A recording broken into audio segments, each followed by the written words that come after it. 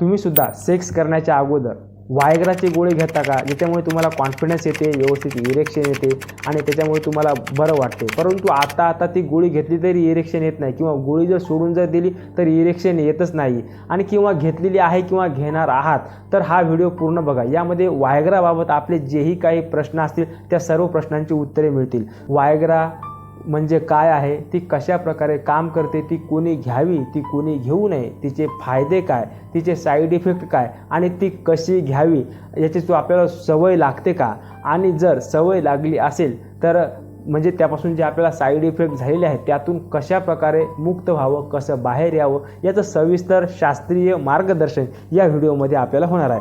तर व्हायग्रा काय आहे? व्हायग्रा हा एक इरेक्शन आणणाऱ्या, सेक्स पॉवर वाढवणाऱ्या या गोळीचा तो ब्रँड आहे. वास्तविक पाहता त्याच्यामध्ये जे मूळ जे कंटेंट आहे ते आहे सिल्डेनाफिल, आणि ते काय काम करते त्याच्या अगोदर आपण हे बघूयात की ते कोणी घ्यायला पाहिजेत.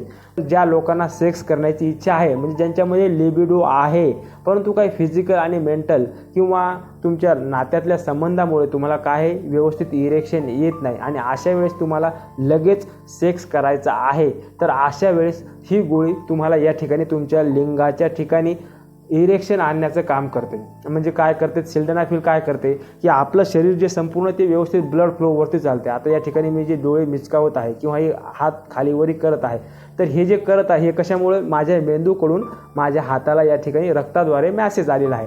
तर असा जेव्हा तुम्हाला सेक्स करायचा आहे तर अशा वेळेस तो मॅसेज व्यवस्थित लिंगापर्यंत पोहोचत नाही आणि त्या ठिकाणी व्यवस्थित ब्लड फ्लो जात नाही, त्यामुळे हे तुमचं झोपलेलं लिंग या ठिकाणी इरेक्शन त्याला येत नाही. परंतु ही गोळी काय करते सिल्डेनाफिल? त्या ठिकाणी ब्लड फ्लो वाढवते आणि ते असं त्याला इरेक्शन आणते, फुग्यासारखं फुगवते. म्हणजे त्यातल्या ज्या रक्तवाहिन्या आहेत त्यांना रिलॅक्स करते, त्यामुळे त्या ठिकाणी जास्त ब्लड फ्लो येऊन त्याला इरेक्शन येते. अशा प्रकारचं काम करते.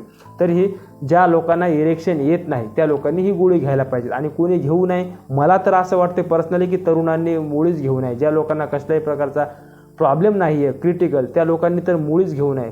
त्यांना फक्त सेक्स करायचा आहे आणि माझा परफॉर्मन्स सिद्ध करायचा आहे, वेश्येकडे जातोय, गर्लफ्रेंडकडे जातोय आणि तिला फक्त उसकी मैं चिखे निकालना चाहता हूँ इसीलिए मैं गोळी घेतो, तर अशा लोकांनी मुळीच गोळी घेऊ नये. आणि कोणी घेऊ नये? ज्या लोकांना हाय बीपीचा प्रॉब्लेम आहे त्या लोकांनी घेऊ नये. ज्या लोकांना हार्टचा प्रॉब्लेम आहे त्या लोकांनी सुद्धा घेऊ नये. किंवा ज्या लोकांना काही क्रिटिकल प्रकारचे प्रॉब्लेम आहेत त्या लोकांनी डॉक्टरांच्या सल्ल्याशिवाय घेऊच नाही. आणि याचे काही फायदे आहेत का? तर हो, लगेच तुम्हाला सेक्स करायचा असेल आणि इरेक्शन येत नसेल, इच्छा आहे, तर तो एक फायदा आहे की तुमचा परफॉर्मन्स सुधारतो, तुम्हाला परफॉर्मन्सचा कॉन्फिडन्स येतो या गोळीमुळे. याचे काही साईड इफेक्ट आहेत का? तर याचे बरेचसे साईड इफेक्ट आहेत. व्यक्तिपरत्वे बदलू शकतात. मुख्य जे लक्षात आलेले ते अशा प्रकारचे आहेत की तुमचे कान, तुमचा चेहरा हा लाल पडू शकतो, गरम होऊ शकते, तुमचं नाक हे बंद होऊ शकते, तुमच्या डोळ्याने तुम्हाला संपूर्ण जग हे निळं भासू शकते. अशा प्रकारचे भास होऊ शकतात. तुम्हाला फिजिकल मेंटली काही साईड इफेक्ट होऊ शकतात.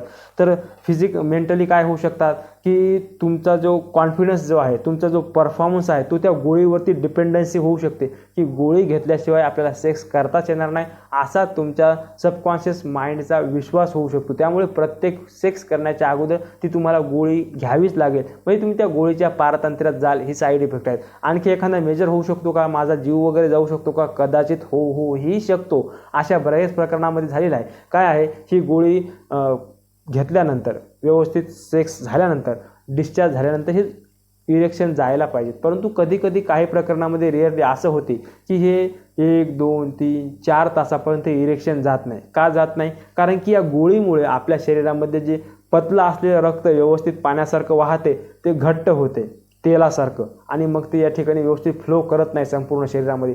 आणि अशा वेळेस ते घट्ट रक्त जर का थिक जर झालं तर आपल्या हार्टवरती त्याचा साईड इफेक्ट होऊ शकतो आणि तुम्हाला स्ट्रोक येऊ शकतो, हार्ट अटॅक येऊ शकतो, तुम्हाला भरती व्हावं लागू शकते. कधी तुम्ही कोणीही मरूही शकते. अनेक लोक मेलेले आहेत. तर ही गोळी कशी घ्यावी, कधी घ्यावी? तर त्यासाठी सेक्स करण्याच्या अगोदर अर्धा ते पाऊण तास अगोदर, 50 मिनिटं अगोदर ही गोळी घ्यावी. या गोळीचा जो इफेक्ट आहे तो 4 ते 6 तासापर्यंत चालू शकतो. त्यामुळे तितक्या काळात तुम्ही कधीही परफॉर्मन्स करू शकता. कशी घ्यायची? शक्यतोवर ही उपाशी पोटी घ्यावी, आणि जर जेवण जरी करायचं असेल तर एकदम हलका फुलक्या प्रकारचा आहार घ्यावा, तेव्हा कुठे हिचा परिणाम लवकर दिसून येतो. जर तुम्ही खूप पोट भरून फिट जेवण केलं असेल, जड आहार घेतला असेल, तर याचा रिझल्ट यायला वेळ लागू शकतो. तर आता याची डिपेंडन्सी झालेली आहे आमच्या याच्यावरती, आम्हाला या सवयीतून बाहेर यायचं आहे. तर अशा काही आयुर्वेदिक गोष्टी तुम्हाला सांगत आहे की जे सिल्डेनाफिल शरीरामध्ये जे जाऊन काम करते, आपला स्टॅमिना वाढवते, इरेक्शन आणते. तर ते स्टॅमिना आणण्यासाठी आपलं शरीर आणि फिजिकली आपण मजबूत, फिट अँड फाईन असलो पाहिजे. तर ते आतून मजबूत होण्यासाठी आयुर्वेदामध्ये काही सिल्डेनाफिल सारखे काम करणारे, म्हणजे डायरेक्ट इरेक्शन न आणणारे परंतु तुम्हाला आतून मजबूत बनवणाऱ्या काही आयुर्वेदिक गोष्टी येतात. जसे की काय, अश्वगंधा आहे, सफेद मुसळी आहे, शतावरी आहे, शिलाजीत आहे, गोखरू आहेत. या आयुर्वेदिक औषधांचा योग्य तज्ज्ञांच्या मार्गदर्शनाखाली जर तुमच्या आहारामध्ये समावेश ठेवला तर तुम्हाला नक्कीच रिझल्ट येतील. त्यासोबतच तुम्हाला लाईफस्टाईलमध्ये काही बदल करावे लागतील.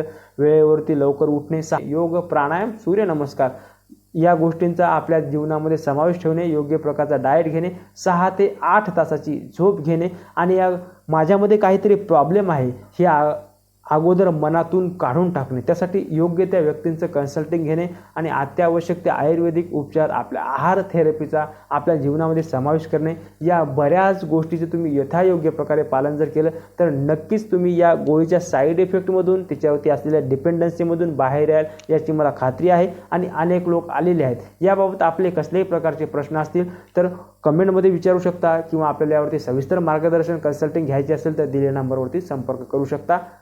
धन्यवाद.